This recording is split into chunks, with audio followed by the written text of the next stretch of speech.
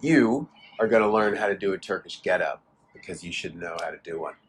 Turkish get-ups, a really good drill that hits on multiple aspects of mobility, strength, control, all these interesting things that you as a surfer need to be able to do. So it's a great drill that, again, you have an interest in your health, your fitness, your longevity, your surfing, and your training.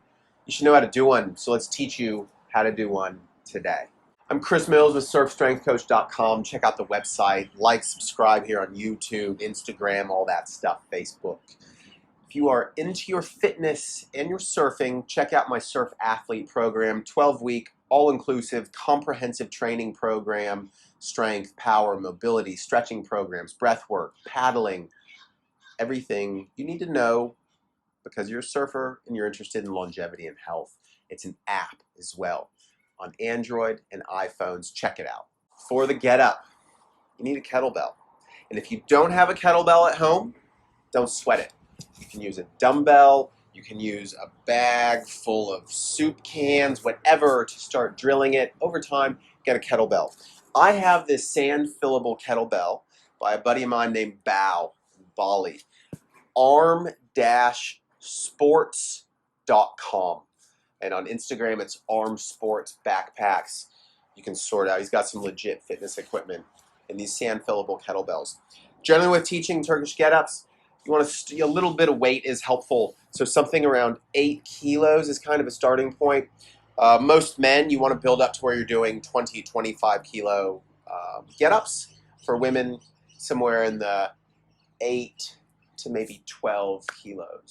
Dial it in. These are all about quality of movement. Always start laying on the side, and then I roll over to where I have this good arm position to drive straight up with the kettlebell.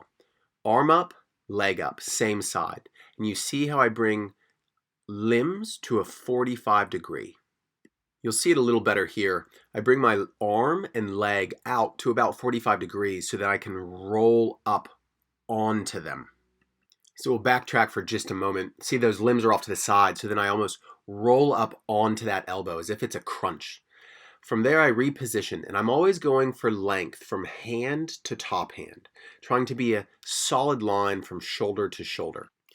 So again, I roll, I almost crunch up onto that elbow, I drive through the ground, I get long from elbow to hand, I then shift to where I'm hand to hand length, and now I drive through my foot as if it's a hip extension movement. Just a quick look at this still image. You can see I'm driving off of both feet, but predominantly through my right leg, as if I'm driving the heel into the ground, as if it's a glute bridge. And then I'm driving my support arm into the ground and being as long as possible from hand to hand.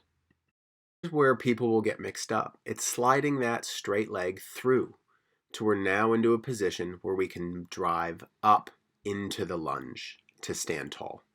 Let's watch that once more. I swivel the leg through to a tripod position, and I'm now going to need to spin that foot out to a half kneeling lunge position and then standing tall. You can see here I'm in the tall bridging position. Long arm length, strong hip. Here I go into the tripod position where I slide that leg through. And once again, make sure I have a solid knee-hip position and a hand-to-hand shoulder position. From the tripod position, I basically do an oblique crunch up to this tall kneeling position. And from there, I literally have to rotate my foot backwards so I'm in this half kneeling position to then lunge myself tall. Let's see that whole process. Tall bridge position, driving into the ground with both hand and foot. I swing the leg through into a tripod position, oblique crunch up, reposition the back leg, stand tall.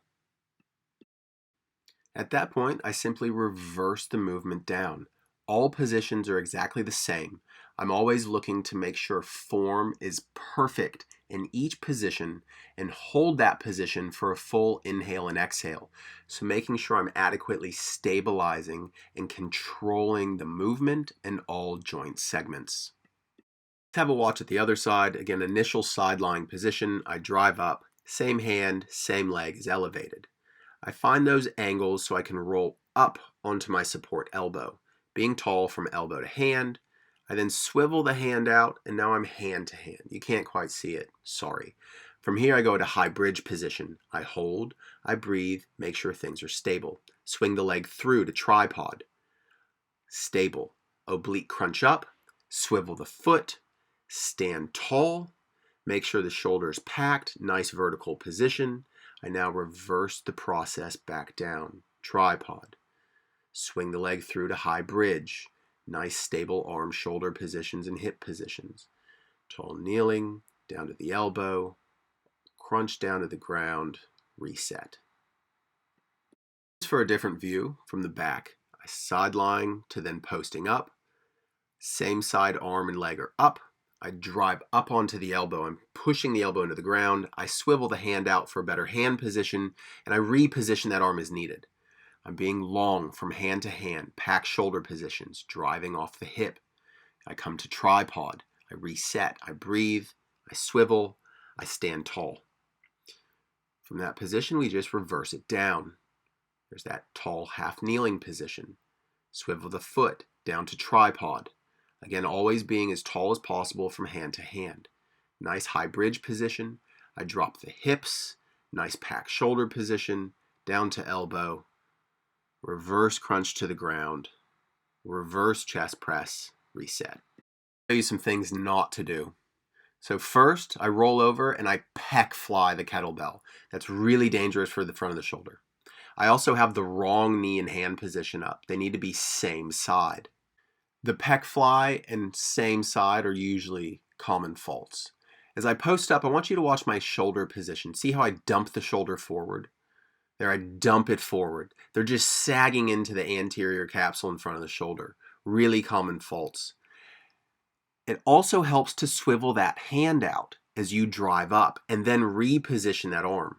Again, do not dump the shoulder forward. You need to learn how to get into some scapular retraction, almost like an external rotation. You're trying to spin the ground backwards into external rotation.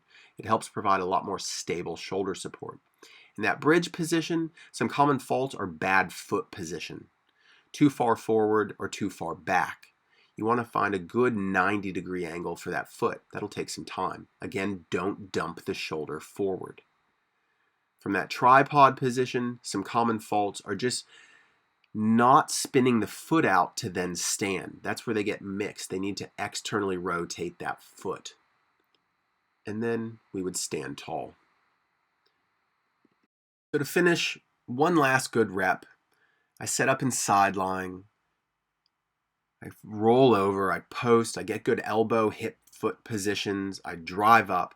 Again, I'm working on stability of the upper body, strong, stable shoulders. I spin that hand out to post up. I get my shoulders put into a good position. I'm not dumping forward. Nice mobile hips, nice stable hips in this high bridge position. Again, in this tripod, we're having multiple angles of hip mobility as well as stability.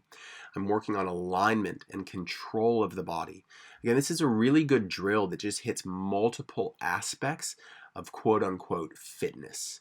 So we carry over to the surf a more stable, strong upper body, lower body that moves well. It's a movement you just should be familiar with because you enjoy your surfing and you enjoy your fitness.